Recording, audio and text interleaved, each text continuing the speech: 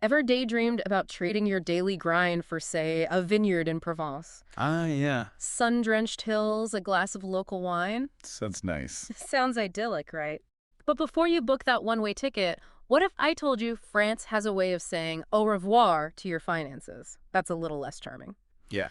It's called the exit tax, and it's what we're diving deep into today. We're going straight to the source, the French tax authorities' own website, to decode this mysterious financial farewell. Yeah, it's not as simple as just saying bon voyage to your French bank account. Right. This tax is all about the potential profit you're taking with you, even if you haven't quite cashed in on it yet. Okay, so let's unpack this. The website first lays out who needs to pay attention. Mm-hmm. 6 years, that's the magic number. Yeah. If you've been a resident of France for 6 or more of the past 10 years leading up to your move, Okay. listen up. All This is important. I'm listening. What's up? So this is where it gets interesting for a lot of people, not just the stereotypical jet setters. Right. Think entrepreneurs who've poured their heart and soul into a French startup, Sure. retirees enjoying their well-deserved golden years, Yeah. even someone who's inherited a charming Parisian apartment. Right. It could be anybody. Because it's not just about how long you've been there, it's also about what you've built while you were there. Right. The website mentions a threshold of 800,000 euros in assets. Okay. Or for the business-minded folks out there, Yeah. owning at least half of a company. Right. So if you got some skin in the game, France is watching. Yep. It really highlights how this tax can impact a surprisingly wide range of people, reminding us that these financial rules often have ripple effects far beyond their initial target. Yeah, and it's not just the ultra-wealthy, right? Exactly. So let's say you realize, oh, this applies to me. Yeah. What exactly is France going to scrutinize with this exit tax? It boils down to three main things: Okay. unrealized capital gains, earn-out clauses, Okay. and those pesky deferred capital gains. All right. So even if you haven't seen a single euro of profit yet, just the potential for it down the line could trigger this exit tax. That's intense. But the website also mentions some significant changes made in 2019. That's right, and this is a perfect example of why it's crucial to stay up to date when it comes to these international tax laws. One thing they do highlight right off the bat is the potential for deferring the tax. It's like hitting the pause button, giving you some breathing room. Because, let's be real, dropping everything, moving to a new country, and settling a potentially hefty tax bill all at once sounds overwhelming, to say the least. So how does this deferral work? There are two main ways.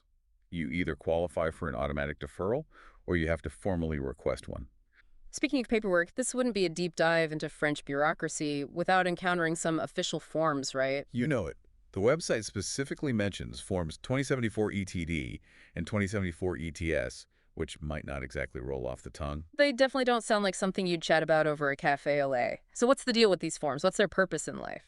Think of 2074 ETD as your grand exit tax declaration, your way of officially saying au revoir to the French tax system.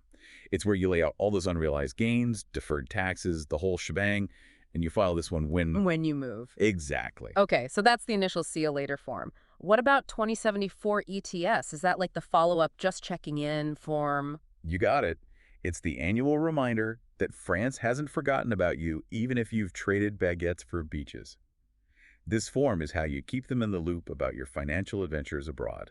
It's like that old friend who sends a postcard every year from their travels, except instead of scenic views, it's your financial disclosures. And speaking of keeping track, the website mentions different versions of these forms depending on when you moved. What's that all about? Ah, yes. For those who left in 2014 or later, you're rocking the 2074 ETS3. Wow, they really want to make sure you're using the right form for the job. They even specify that if you moved in 2018, use the 2074 ETS3, but correct the year. It's like they're testing your attention to detail. It really emphasizes the importance of not just grabbing any old form, but using the one specifically designed for your situation. In the world of taxes, especially international ones, those little details can make a world of difference. So to recap, know your forms, double-check the year, and maybe have a glass of wine handy to celebrate when you finally get it right. But before we get too bogged down in paperwork, there's a glimmer of hope on the horizon. Did you know there's a chance you might not have to pay this exit tax at all? Now, this is where things get interesting. The website does indeed mention the possibility of a full tax break. A plot twist. Everyone loves a good plot twist, especially when it involves keeping more of your hard-earned money. But it sounds almost too good to be true. What's the catch? So, a full tax break, it feels like we've stumbled upon a secret level in this French exit tax game. But like any good game, I'm guessing there are rules. Exactly. It's not as simple as just waving goodbye and keeping all your potential profits. It mostly comes down to how long you hold on to those assets after leaving France. Remember those unrealized capital gains we talked about? The longer you hold, the better your chances of saying au revoir to that exit tax altogether. The website mentions timeframes of 2 years, 5 years. It all depends on individual circumstances and when they actually moved. Ah, there's the catch. So, it's not a one size fits all kind of deal. So, we've covered a lot of ground today, from decoding confusing tax jargon to uncovering secret loopholes. It's amazing what you can learn just by diving deep into a website, isn't it?